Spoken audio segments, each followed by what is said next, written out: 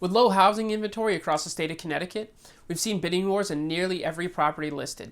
I have 4 tips to help your offer stand out and get accepted.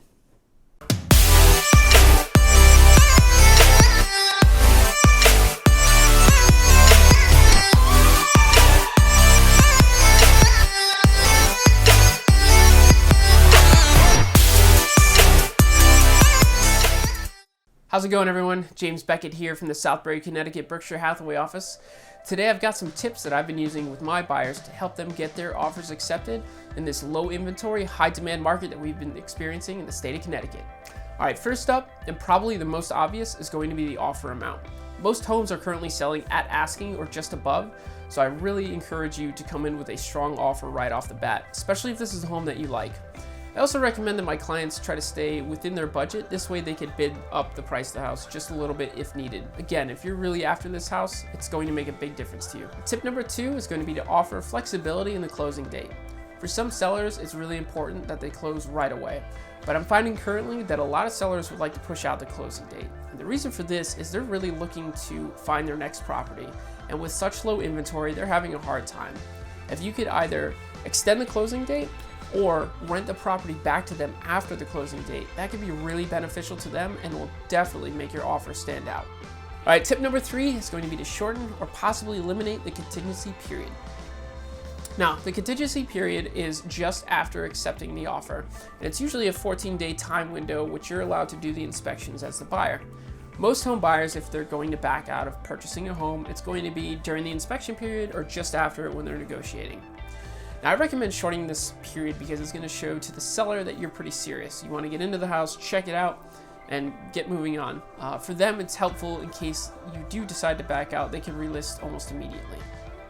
Now, when it comes to eliminating it, I don't typically recommend this, but it is something that you can do.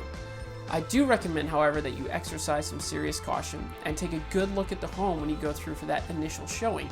If you have a relative who's a contractor or somebody who's super handy, that's really good to have with you at that initial showing, just so that you know that this is a house that you can handle. Definitely want to exercise caution, like I said.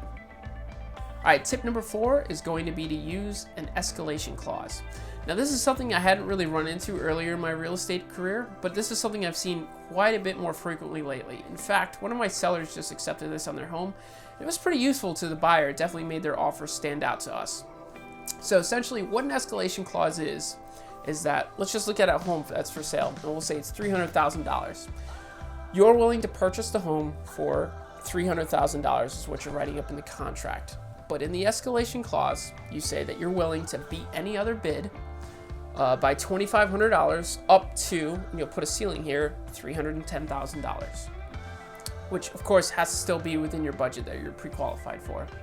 So in the event that somebody else bids on the house and they're also at $300,000, your bid will automatically be $302,500. So you've beat the other person by the $2,500, but you've stayed below that ceiling that you put in place. This way you're not going over budget. Like I said, I had a seller who recently accepted one of these. Worked out great. It definitely got that person the house. So it's something I recommend trying. Thank you so much for taking the time to check out this video. I really appreciate all the likes, comments, and shares that you guys give me. If you have another question when it comes to residential real estate, let me know. I'd love to help you out. If you need help finding your next home, please reach out to me with the contact info at the end of the video, or you can just comment below, shoot me a direct message on whatever platform you see this on. Thanks again. You have a great day.